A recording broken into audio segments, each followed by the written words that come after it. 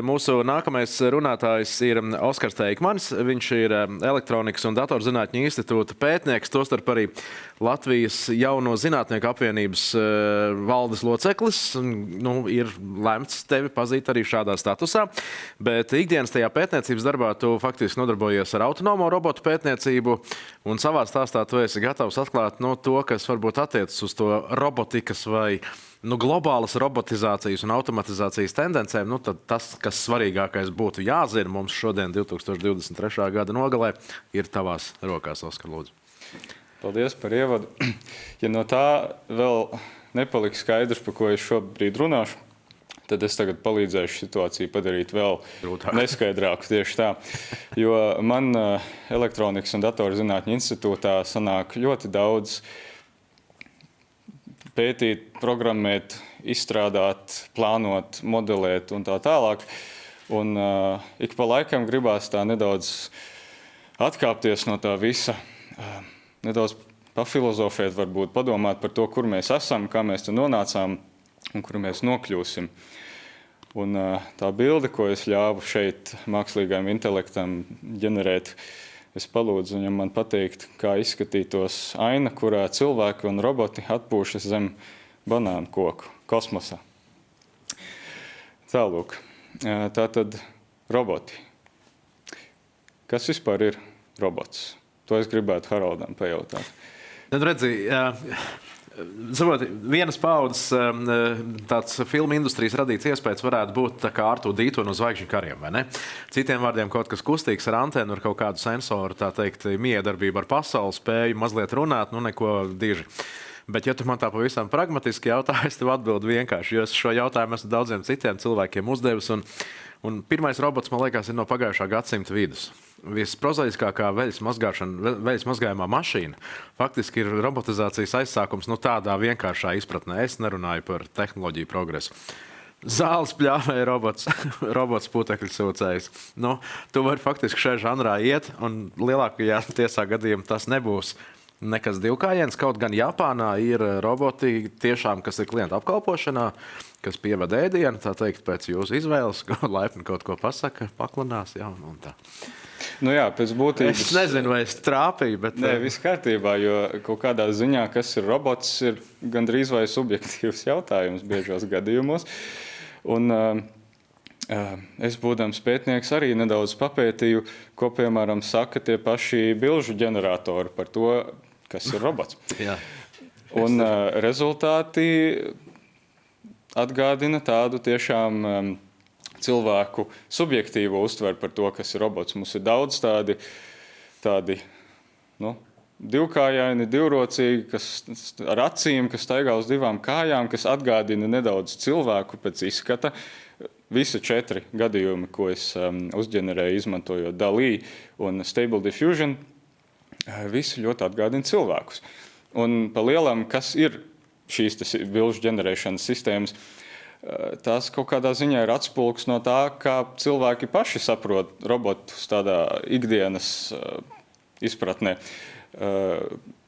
Jo tās ir bildes, kas atgādina tās, ko cilvēki jau ir lielos daudzumos sazīmējuši. Tātad kaut kādā ziņā šis jau mums parāda to, ka cilvēkiem ir subjektīva tendence saprast robotus kā kaut ko līdzīgu mums pašiem.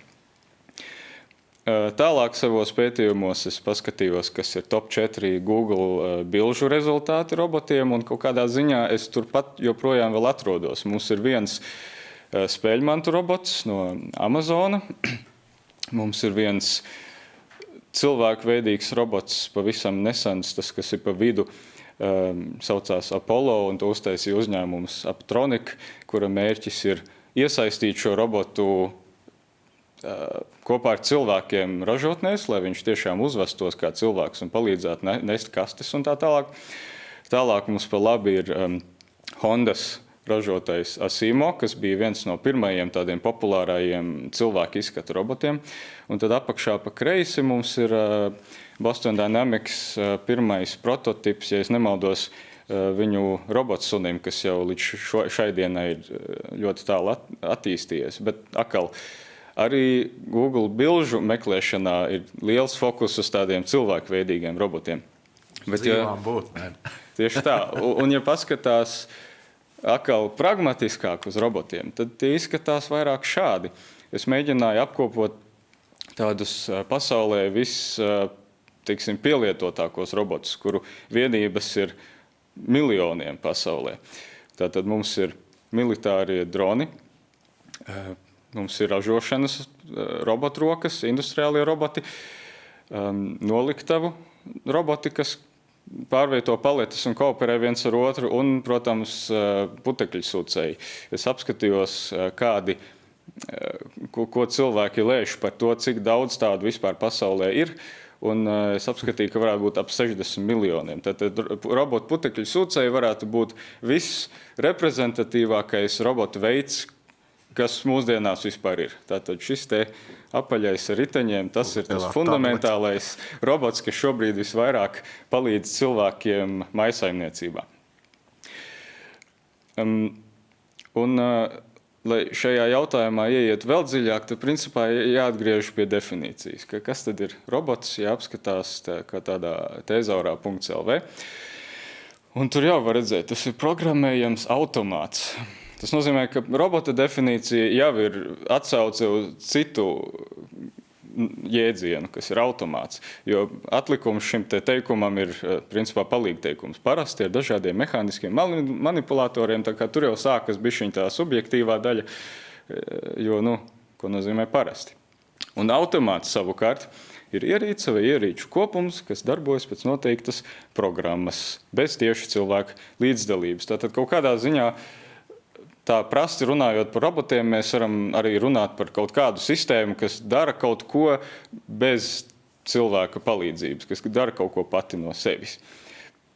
Un šādas ierīces, ja mēs paskatāmies tālākā pagātnē, jau tūkstošiem gadus uz atpakaļ mēs varam atrast piemērus. Jo kaut kādā ziņā, ja mēs runājam par automatizāciju kā tādu, vajag arī runāt par to, kas ir cilvēks. Tātad mums bija, kas ir robots, tagad ir jautājums, kas ir cilvēks. No robota skatu punkta.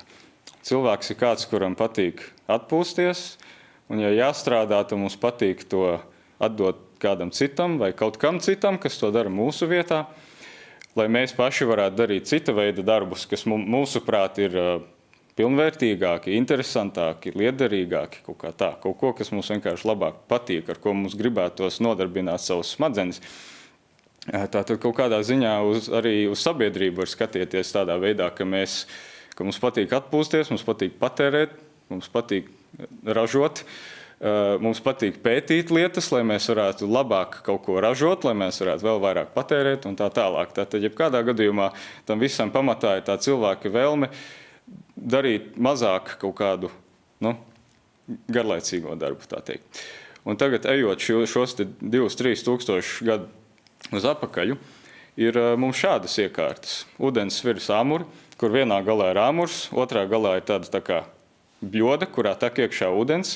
Bļodas gals paliek arvien smagāks, viņš nokrīt līdz lejai, ūdens iztek ārā un āmurs nositās otrajā galā, lai varētu, piemēram, malt graudus vai iežus vai kaut ko tam līdzīgu.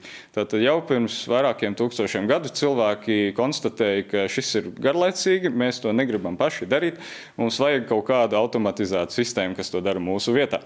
Un man šis piemērs ļoti patīk, tāpēc, ka tas ir ļoti tāds minimalistisks un ļoti labi saprotams piemērs tam, kā mēs varam kaut ko automatizēt, jo mums ir kaut kāds enerģijas avots, kas ir ūdens, kas nāk no augstāka potenciāla līmeņa, ja es drīkst šādu valodu izmantot.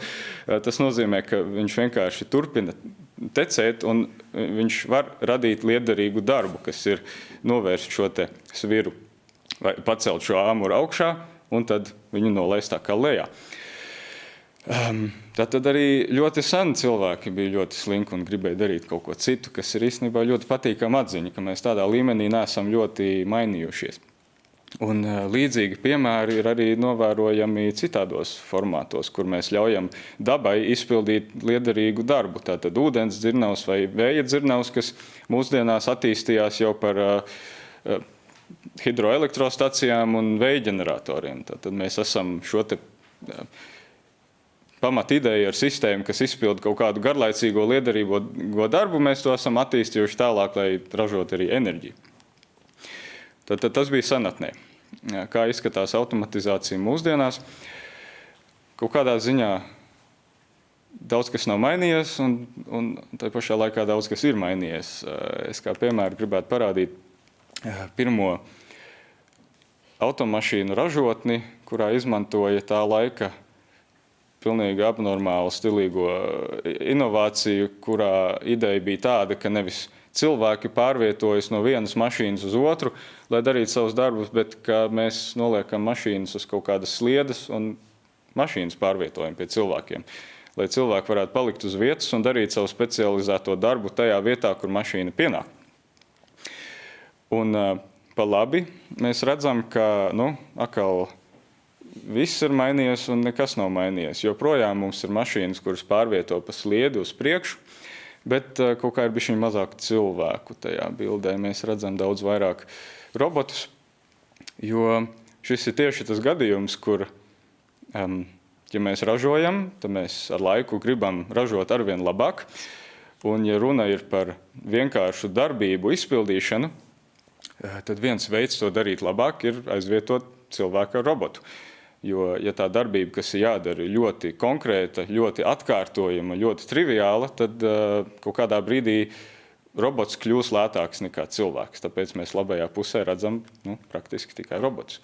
Bet šī jau ir tā robeža, kur mēs tuvojamies mūsdienām, tā kā šodien, kur robotiem arvien vairāk vairs nepietiek būt tikai izpildītājiem, tikai atkārtojamu kustību izpildītājiem. Arvien vairāk ir nepieciešams, ka tie roboti kaut ko uztver un ka tiem piešķir kaut kādu spēju domāt. Un tad mēs nonākam pie tā, kas šobrīd notiek daudz pētniecībā, tā skaitā Elektronikas un datorzinātņu institūtā. Mums liela daļa darba ir, piemēram, ar industriāliem robotiem, kuriem mērķis nav tikai atkārtot vienu un to pašu kustību, bet, piemēram, šajā gadījumā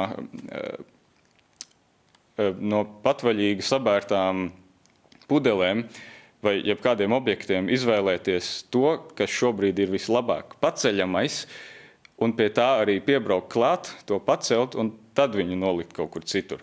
Un tas tikai tāpēc, ka vajag atpazīt, kura ir tā pareizā pudele, tas jau to padara pa kārtām grūtāku problēmu nekā vienkārši mehāniski atkārtot to pašu kustību.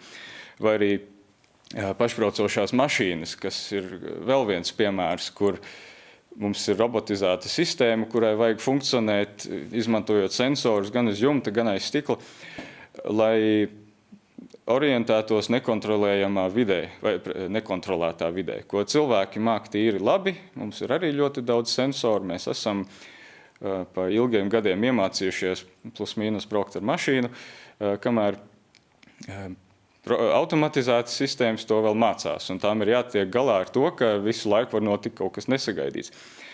Vēl mums ir piemēri no lauksaimniecības, kur izmantojot objektu detekciju, mēs varam mērķēti cīnīties pret nezālēm, vai arī visādi autonomi roboti, lidojoši, braucoši, kuri pa vēl nekontrolētākām vidēm brauc, kur viņiem pat vairs nav ielu, viņiem vajag vai nu pa gaisu, vai pa zāli, pa brikšņiem, visur, kur pārvietoties un spēt orientēties. Un tas viss, ko šeit aprakstu, jau ir daudz vairāk nekā kaut kas, ko vienreiz liek robotam izdarīt, un viņš to darīs visu laiku. Tātad, ja tas sākās ar to, ka cilvēce uztaisīja pirmos automātus, lai pavisam triviālas kustības paņemtu no mums, darīt mūsu vietā, tad mēs tagad jau esam nonākuši tik tālu, ka liela daļa šo triviālo, šo vienkāršo problēmu jau ir automatizētas, un tās problēmas, ko mums vēl vajag automatizēt, kļūst arvien sarežģītākas. Un tagad šo domu uztverot kā tādu bultu, loģisks nākamais jautājums ir, varbūt man piemēram, loģiski šķiet uzdot jautājumu, kas būtu, ja mēs dzīvotu pasaulē, kur visas mūsu pamatvajadzības jau ir automatizētas. Es nesaku, ka tas notiks drīz, es nesaku, ka tas notiks vispār, vai tas jebkad notiks, bet tā ir interesanta doma, ko vienkārši tā apsvērt, jo pat ja tas nekad nenotiks, ko mēs darītu tad? Kas ir tie darbi, ar kuriem mēs nodarboties, kas ir tas veids, kā mēs definētu, kas ir laba lieta, ko darīt. Ja mums ir jāstrādā tā kā savas pašattīstības dēļ, nevis tāpēc, ka mums ir jāstrādā, lai izdzīvotu. Katram varētu būt sava atbilde. Es domāju, tas ir kaut kas, par ko var ļoti ilgi domāt. Bet, ja man būtu jāatbild šo jautājumu, tad es iespējams teiktu pavadīt laikus vairāk ar citiem cilvēkiem, vai mācīties, vai mācīt kaut ko citiem, vai pētīt. Jo es domāju, ka vienalga, cik mēs daudz kaut ko automatizējam, mums visticamāk nekad nepietrūks lietu, ko pētīt. Un viena no, kā to nosaukt, vietām, ko mēs vēl neesam tik ļoti izpētījuši kā Zemi, ir kosmos. Un arī tur šobrīd notiek visādas attīstības, lai mēs to varētu izdarīt arvien labāk. Pašlaik ir vēl relatīvi nesen aizsūtīts rovers uz Marsu, kas tur visu kaut ko pēta, un tam arī tika aizsūtīts līdzi viens lidojošs robots, ar kuru arī pašlaik NASA testē zemes gravitācijas, vieglas atmosfēras spēju šim robotam vispār pacelties gaisā. Mums ir raķetes pamazām, kas jau pašas var nolaisties bez salūšanas, kas masīvi reducē cenu, vai potenciāli masīvi reducē cenu kaut ko pacelt vispār kosmosā. Un visādi jaunu veidu roboti, piemēram, robotsuņi, kas salīdzinot ar roveriem ir vairāk spējīgi pārvietoties pa virsmām, kur vienkārši nepietiek ar riteņiem. Tātad jau tagad mēs strādājam pie visādiem robotiem, kas mums palīdz labāk uztvert to, ko mēs vēl neesam varējuši izpētīt. Tātad, jā, līdzīgi kā mēs sākām, mēs šādi turpinot, mēs varētu varbūt vienkārši nonākt kaut kādā nākotnē, kur mēs kopā ar saviem robotu draugiem varam, tāpat kā pirmajā bildē, ko es ieliku, atpūsties zem banānu koka. Vai arī šajā gadījumā, kā mākslīgais intelekts to interpretēja zem milzīga banānu ķekara. Paldies. Kā arī ir, paldies, Oskar, tev par šo stāstu. Tas man atsauc atmiņā tu anekdoti par tādu, kapitālismu laikā iedibinātu, par cilvēku, kurš guļ zem tās banānu palmas. Vai ne, es tieši uz to mēģināju. Tieši tas bija, kad, ko tu dari, es atpūšos, bet kāpēc tu to dari? Tu varētu tirgot banānus, citiem vārdiem tiem, kas nezina anekdoti, un tad, ko tu darītu beigās pēc tam sapelnītu kaudzes naudas, un ko tad tu darītu, tad es atpūstos. Bet es jau to daru. Ja? Un atpūsties savā ziņā ir ārkārtīgi liela dzīves jēga, jo tā arī, starp citu, tajās lietās, ko tu pieminēji, piemēram, arī pētīt, jo cilvēku vietā varētu robots, ja to varētu uzticēt, tā teikt, normālai mašīnai. Arī apmācīt citus varētu robots. Beigās tev paliktu tikai un vienīgi vai saziņa ar citiem cilvēkiem, vai saziņa tev kā cilvēkam ar citiem robotiem. Tāda laiska pasēdēšana. Jā, bet tieši pētīšana ir tāda interesanta problēma. Es arī par to padomāju, ka, robots var pētīt, bet var palīdzēt pētīt, bet vienkārši pētīšana pati no sevis jau ir tā jēga kaut kādā ziņā ir, lai cilvēku smadzenēs kaut kādas papildus zināšanas nonāktu. Tāpēc vai robots jebkad varēs tā kā pilnvērtīgi pētīt, tas arī vēl pilnīgi cita līmeņa. Būs hipotēžu robots, kas varēs izvirzīt hipotēzes, pats tās doties pārbaudīt un tad ar datiem pie tevis ierasties, ja tur pie banāniem. Bet izrādās, ka robota lielākā problēma ir tieši paši cilvēki, vismaz tie, kas mācās no cilvēku rīcības, jo pašbraucošu automašīnu sakarā kaut kad nesen dzirdēju. Roboti ir iemācījušies, tā teikt, redzēt cilvēku uzvedību, citiem vārdiem pie sarkanās gaismas, tā kā pastīties pa labi pa kreisi, ja tiešām neviena nav, tad turpināt kustību. Ja? Un pašbraucošās mašīnas šo ir iemācījušās un turpina tā arī darīt. Ja? Tā arī ir tāda savdabīga aksioma. Tas ir viens no veidiem iemācīt robotiem kaut ko darīt, iedodot demonstrāciju. Bīstamā tēze par cilvēciskošanu. Jā, tieši tā. Jā. Ar visām kļūdām. Oskars Teikmanis, liels paldies. Tu biji no Elektronikas un datorzinātņu institūta un tostarp arī no Latvijas Jauno zinātnieku apvienības. Paldies, ka atrada laiku padalīties ar robotikas, industrijas mazām aizkulisēm un par to, kādā veidā par to ir iespējams domāt. Paldies tev liels. Ceru, ka kaut kāda atziņa no šī visa Jā. radās. Aizķersies. Paldies. Paldies.